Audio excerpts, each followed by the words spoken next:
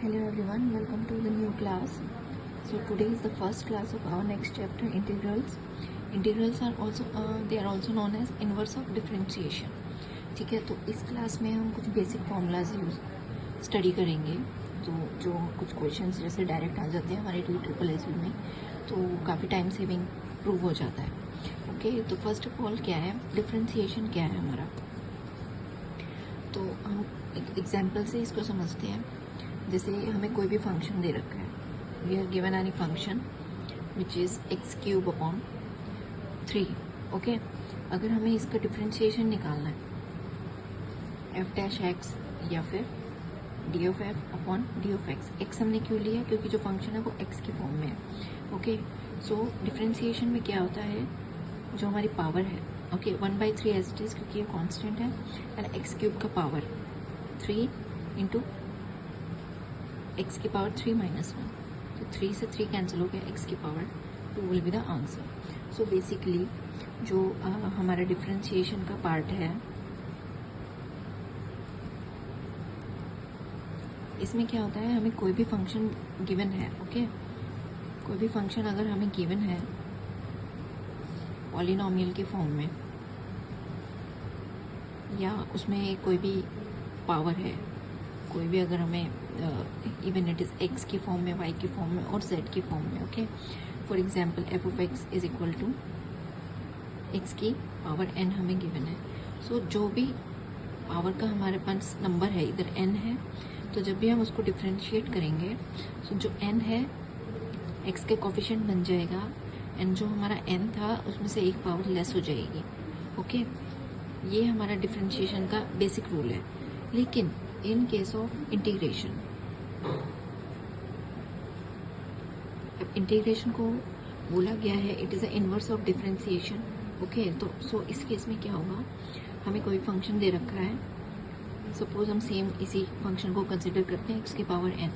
ठीक है, अगर हमें इसका इसको इंटीग्रेट करना है, सो इंटीग्रेट का साइन ये होता है F of X with respect to X. यहाँ पे हमने एक्स क्यों लिया, क्योंकि फंक्शन एक्स के फॉर्म में है. ओके, देन जो हमें एक्स की पावर गिवन है, ठीक है, उसकी पावर में we will add 1 N in denominator also N plus 1. सो ये हमारा इंटीग्रेशन का बेसिक फॉर्मूला है. सो एग्जाम्पल से हम इसको समझते हैं. अगर हमें फंक्शन गिवन है, वी कैन से एक्स की पावर 5 अपॉन 6 अगर हमें गिवन है. ओके, हमें इसको अब इंटीग्रेट करना है. F of X into D of x 1/6 coefficient है इसका. 1/6 में कोई भी एक्स की टर्म नहीं है, 1/6 as it is.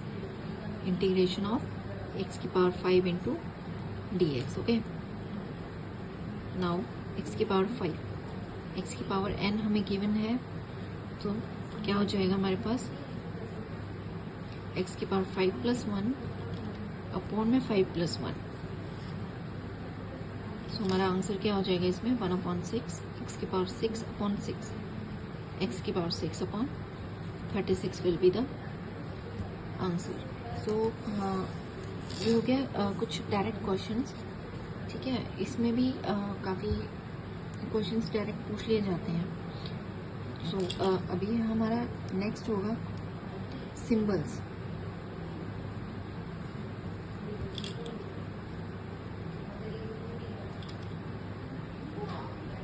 And there meaning. So integration में कुछ हमारे बेसिक सिंबल्स वगैरह हैं. सो अगर हमें किसी भी क्वेश्चन में या स्टेटमेंट में अगर हमें ये लिखा हुआ दिख जाए, integral F of X into D of X, इसका मतलब क्या होगा,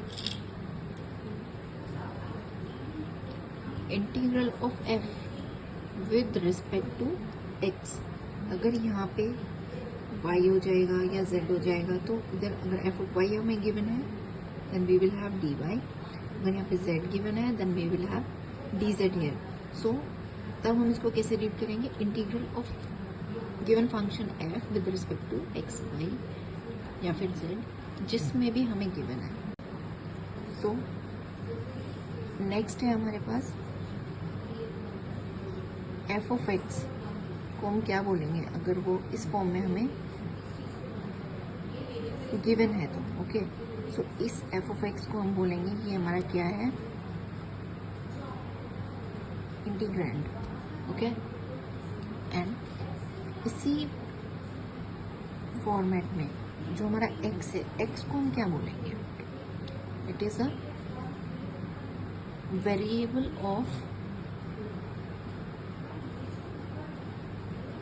ऑफ इंटीग्रेशन। मीन्स ये एफ ऑफ एक्स हमारा इंटीग्रेंड है, मतलब इस फंक्शन के ऊपर हमें इंटीग्रेशन करना है। एंड एक्स मतलब वेरिएबल ऑफ इंटीग्रेशन, एक्स की वैल्यू जो है यहाँ पे वेरी होगी। ये हमारा लोअर लिमिट, जो हमारा ये इंटीग्रेशन का साइन है, यहाँ पे हम लोअर लिमिट लिखते हैं। अगर हमें गिवन है जैसे इस फंक्शन को हमें इंटीग्रेट करना है from X is equal to 1 to 6, सो यहाँ पे 1 आ जाएगा एंड इधर अपर लिमिट आती है। यहाँ पे नेगेटिव नंबर भी अलाउड है, इधर भी नेगेटिव नंबर पॉसिबल है। ओके, सो ये हम जब क्वेश्चन सॉल्व करेंगे तब हमें ये अच्छे से क्लियर होगा।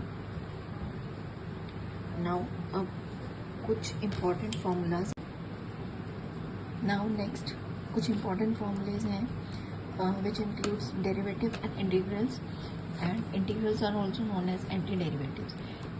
कई बार क्वेश्चंस में देखा गया है, या तो हमें डायरेक्ट पूछ लिया जाता है कोई भी गिवन फंक्शन है, find the integral of that given function, या फिर find the anti derivative of the given function.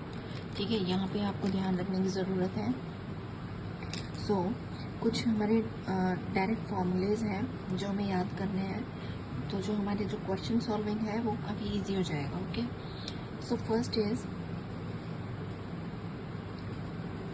D upon D x की पावर n+1 अपॉन n+1।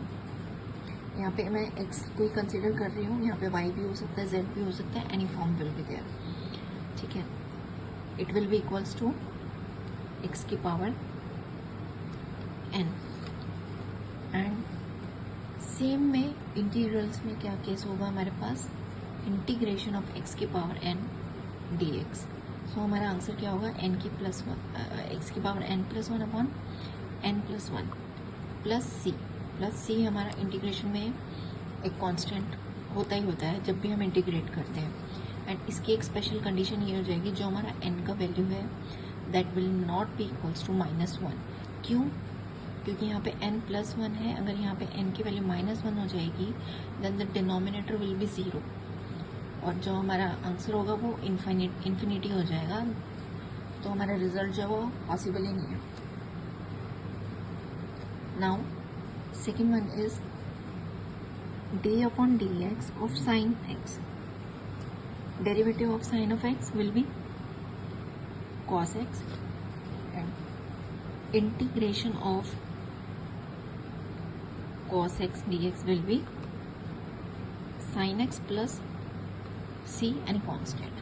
ओके, और इसमें साइन हमारा पॉजिटिव था तो cos भी हमारा पॉजिटिव आया। डेरिवेटिव के केस में दोनों पॉजिटिव हैं, तो इंटीग्रेशन के केस में भी दोनों पॉजिटिव होंगे हमारे। सारे फॉर्मूलेज के बाद I will tell you one trick to learn sign का क्या इसमें रोल प्ले होता है। Okay, now third one is differentiation of -cos x will be sin x, या फिर हम इसको ऐसे भी लिख सकते हैं, differentiation of cos x will be -sin x। Third one is integral में थर्ड वन है हमारे पास integration of sin x। Answer क्या हो जाएगा हमारे पास, -cos x plus any constant c। Now fourth one हमारा है d upon dx of tangent x will be secant square x, and integration of secant square x dx will be tangent x plus constant। Next is differentiation of -cot x will be cosecant square x, and integration of cosecant square x into dx will be minus cot x plus constant c. So next, sixth one, d upon dx of secant x will be secant x into tangent x, and integration of secant x into tangent x will be secant x plus constant. Now next one, differentiation of minus cosecant x will be cosecant x into cot x, integration of cosecant x into cot x into dx will be minus cosecant x plus constant. So shortcut trick है इसमें to memorise कि हमारा कोई भी अगर कहाँ पे हमारा नेगेटिव साइन आ रहा है, कहाँ पे हमारा पॉजिटिव साइन आ रहा है, तो वहाँ पे हमारी कोई भी मिस्टेक ना हो. So in case of differentiation, ठीक है, कोई भी ट्रिग्नोमेट्रिक फंक्शन है हमारे पास, sine cos tangent cot secant cosecant, okay. So इस केस में जो भी हमारी टर्म है इधर कॉस, सी से जो भी हमारी टर्म स्टार्ट हो रही है, यहाँ पे कॉस है, सी से स्टार्ट हो रहा है, कॉट है एंड कोसेकेंट है. सो जिस भी कॉस कोसेकेंट एंड कॉट, इन तीनों का जब भी हम डिफ्रेंशिएशन करेंगे, जो हमारा आंसर होगा that will be negative differentiation. Same integration के केस में हमें प्रोडक्ट साइड देखनी है. इंटीग्रेशन, कोई भी फंक्शन हमने इंटीग्रेट किया, अगर उसके राइट हैंड साइड या प्रोडक्ट में हमारा कॉस आता है, कोसेकेंट आता है या हमारा कॉट आता है, all start from C letter, okay. So हमारा answer will be negative. Let's verify. So इसमें हमने ये रहा साइन का हमने इंटीग्रेशन किया, साइन का इंटीग्रेशन माइनस कॉस के आगे माइनस, इधर माइनस कॉट है हमारा प्रोडक्ट, और इधर माइनस कोसेकेंट एक्स, ओके. सो ये हमारे सिंपल फॉर्मूलाज था. नेक्स्ट वीडियो में हम देखेंगे कुछ फॉर्मूले जो हैं इनवर्स के केस में, ताकि क्वेश्चन सॉल्व करने में काफ़ी इजी हो जाए. So thank you so much for today.